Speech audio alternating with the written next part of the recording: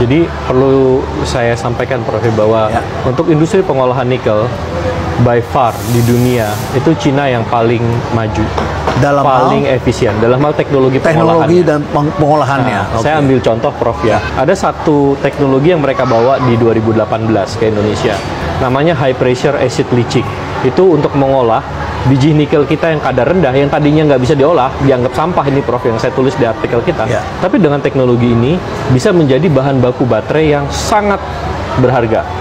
Ya, dari sesuatu yang sampah menjadi sangat berharga, dan ternyata kita bisa memperoleh kobalt juga di situ. Oh, ada kobaltnya di situ. Kobalt. Jadi sekarang kita produsen kobalt kedua terbesar di dunia, Prof. Berarti untuk bikin baterai kita sudah lebih lengkap sekarang. Lebih lengkap, jauh lebih lengkap. Kobaltnya sudah ada, bisa dibuat. Iya. Nah, jadi teknologi ini, Prof, pernah dibangun oleh salah satu perusahaan barat, ya, di New Caledonia.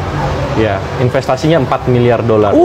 Oke. Di sini berapa triliun itu? 4 miliar dolar kira-kira sekitar mungkin hampir 60 triliun. 60 triliun. Ya, itu mengalami delay, keterlambatan, apa segala macamnya.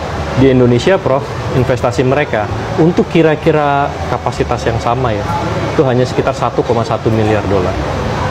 Jadi ini seperberapanya ini? 25%. Iya. 25%. Iya. Jadi memang teknologi mereka maju. Jadi even ya ketika saya bicara dengan counterpart saya di Eropa, di Amerika, saya sampaikan, dan mereka juga mengakui bahwa untuk teknologi ini Tiongkok yang paling maju. Ini memang Tiongkok. Korea, Taiwan, untuk teknologi smelting ini belum. Jepang, belum. Amerika, belum. Prancis, belum. Jadi memang China yang leading di situ. Jadi bahkan ada satu investasi Jerman dan Perancis ya di Indonesia, di Halmahera, menggunakan teknologinya dari Tiongkok juga. Oke, jadi saya kira ya wajar kalau itu yang masuk itu. Nah, jadi memang mereka mengembangkan teknologi ini. Tapi kan Prof, kalau kita lihat sekarang yang masuk itu bukan lagi Tiongkok aja. Bukan hanya Tiongkok. Ada apa lagi? Ada India, terus kemudian ada Taiwan gitu ya. Pada sektor apa? India, smelting juga. Smelting juga. Iya, mereka juga kerjasama dengan Tiongkok gitu kan. Oh, mereka kerjasama dengan Tiongkok. Terus kemudian ada dari Prancis, ada dari Jerman gitu ya. Jadi ini yang mungkin ya karena di amplifying apa segala macam. Tapi kita lihat enggak kok, kalau dilihat dari datanya sekarang udah mulai variasi gitu. Karena selama ini juga ada konflik dengan buruh dari Cina, dari Tiongkok, itu yang terjadi. Ya memang gini, soal tenaga kerja tadi juga termasuk kita bahas, Prof. Misalnya saya sampaikan gini, saya juga contohkan, misalnya saya Prof ya, pengusaha Indonesia, saya investasi 3 miliar dolar di Kongo gitu ya Prof ya, 3 miliar. Tapi kan saya tentu akan bawa dong beberapa orang-orang yang saya percaya untuk melaksanakan investasi saya. Dan at some point mungkin ya saya nggak cocok nih Prof sama masakan Kongo gitu kan. Ya saya bawalah koki dari Indonesia untuk masak orang-orang saya supaya betah tinggal di sana gitu kan. Kayak orang-orang Indonesia naik haji, yang mereka cari makanan Indonesia. Iya. Nah, kan itu menurut saya itu satu yang wajar. Terus kemudian kalau kemudian investasi saya di Kongo bisa menciptakan puluhan ribu tenaga kerja, saya misalnya hanya bawa 1.000, 2.000, 3.000, kan itu sesuatu yang normal, dan itu buat negara juga menguntungkan. Dan pasti lebih banyak dari lokal karena lebih murah di sana. Sama logis. Jadi saya pun juga sampaikan, memang ada tenaga kerja Tiongkok di Indonesia gitu, tapi coba dilihat tuh berapa banyak jumlah tenaga kerja lokal yang diciptakan. Itu kan juga kita nggak bisa menafikan gitu bahwa itu ada, dan mereka Prof, ini terus terang yang waktu itu di awal-awal saya juga sangat miris ya. Saya ke WDB Prof ya. Di mana? Di WDB di Halmahera Tengah. Halmahera Tengah. Itu ada satu kawasan industri di sana. Mereka cerita ke saya, mereka harus merekrut orang-orang lulusan SMP, lulusan SMA, saking di daerah itu nggak ada tenaga kerja lagi. Tapi mereka rekrut, mereka training, yang lain-lain gitu ya. Walaupun dibutuhkannya sarjana atau D3, tapi mereka ambil lulusan SMA. Karena memang nggak ada pilihan lagi. Dibutuhkan tenaga kerja besar gitu ya. Lalu saya masuk ke ruang kontrol room smelter nih, Prof ya. Di situ isinya semuanya tenaga kerja perempuan. Setiap 4 atau 5 orang itu ada satu supervisor yang tenaga kerja dari Tiongkok yang mengajarkan ini gimana cara mengoperasikan smelter ini, memantau apa ininya, indikator-indikatornya, Prof. Yang menarik Prof, ketika saya tanya para pekerja dari tenaga kerja lokal ini, katanya lulusan dari mana? Pariwisata, kebidanan, Prof, administrasi. Jadi ya memang bukan engineer, tapi ya tidak match sebetulnya. Iya, nggak match, tapi tetap mereka dilatih dan bisa gitu kan. Orang Indonesia kita kalau mau belajar, dan mereka juga Prof di WDB dapat gaji 5-6 juta Ya. Sebelumnya mungkin banyak yang jadi petani kelapa yang gajinya mungkin di bawah 1 juta gitu. Jadi soal tenaga kerja ini ya coba mungkin dilihat secara fair. Berapa banyak sih yang diciptakan dengan investasi ini segala itu besar gitu. Jadi ya menurut saya ya kita coba melihatnya secara proporsional. Ya kalau memang ada kritik, ada masalah, ada berantem segala macam, ya saya kira ini kan pasti akan selalu akan terjadi masalah sosiologis ya. Ya saya juga menggarisbawahi memang gaji orang yang dibawa dari luar negeri pasti lebih mahal daripada lokal. Dan pengusaha juga rasional. Dia sebisa mungkin tidak mau membawa sebanyak-banyaknya dari negaranya. Ya, bisa dipahami. Baik.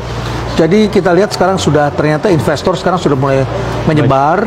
Itu bukan hanya dari China tapi juga dari tadi Anda sebutnya dari Taiwan, India, Amerika masuk. Amerika Ford.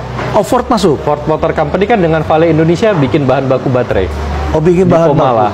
Dan mereka sudah invest di situ. Ya, sekarang lagi progres konstruksi, Prof. Untuk pasar internasional atau untuk pasarnya Amerika? Pasarnya Amerika. Jadi memang mobil listrik ini akan menjadi pertaruhan besar di dunia dan Indonesia adalah negara yang memiliki bahan baku nikel yang besar.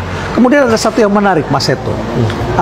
Bang Faisal juga menyebutkan bahwa angkanya kok beda sekali. Yang diekspor itu kalau di dunia pasar itu harganya $80. Sedangkan di Indonesia itu dijual dengan harga berapa? $30 atau $40, 40 sekian dolar barangkali. Berarti separuhnya di sini yang dibeli oleh pengusaha dari Tiongkok tadi yang akan diolah di Indonesia. Sedangkan di pasar internasional $80 begitu ya.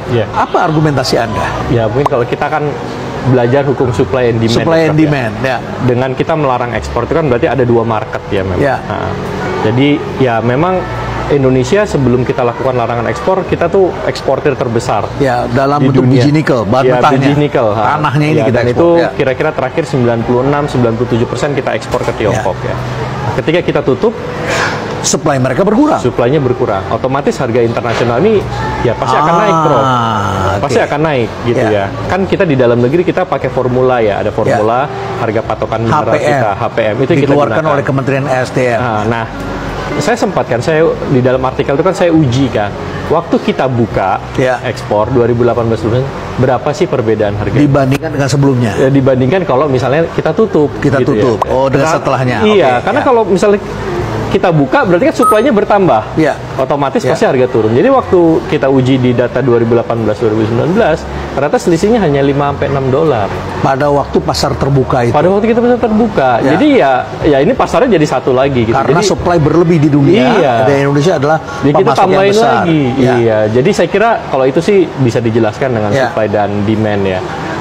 Cuma memang kan kita juga lihat salah satu yang disampaikan oleh Pak Faisal kan adanya bahwa ini kok penambang-penambang lokal menerima harga yang nggak fair gitu ya dari penambang dari smelter. Nah, karena dia ingin membeli dengan membebani biaya ini biaya itu ya. Iya, itu memang sempat terjadi, Prof. Gitu. Tapi waktu itu saya ingat waktu itu karena ini sudah masukan ke pemerintah juga dari para penambang yang lain-lain.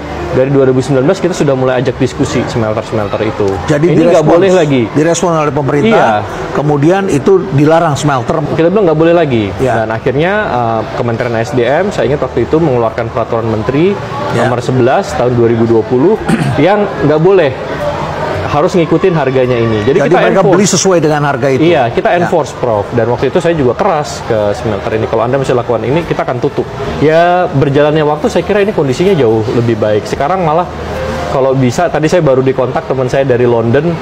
Mereka menyampaikan ini kenapa tiba-tiba harga nikel naik gitu. Karena kan supply nikel dari Indonesia rupanya berkurang. Jadi smelter ini sekarang lagi cari. Jadi bersedia bayar di atas harga pasar yang kita tetapkan. HPM itu bisa $10-13 lebih tinggi dibandingkan itu. Jadi ya ini at the end kan market mechanism juga berjalan. Tapi yang kita pemerintah pastikan ini harus fair gitu ya. Jadi jangan sampai penambang-penambang lokal itu dirugikan ya, gitu. Dapat harga tetapi dia kenakan biaya-biaya tambahan, biaya ongkos kirim dan lain sebagainya. Dan di dalam aturan itu kita juga ada mekanisme empire ya, referee ya. Jadi kalau misalnya ada perbedaan kualitas, saya penjual misalnya bilang oh nikelnya ini harusnya 1,8, tapi smelter bilangnya oh enggak ini 1,6 gitu. kita sampaikan di dalam aturan itu ada mekanisme referee. Kita bisa nunjuk pihak ketiga untuk mengecek gitu. Baik, Mas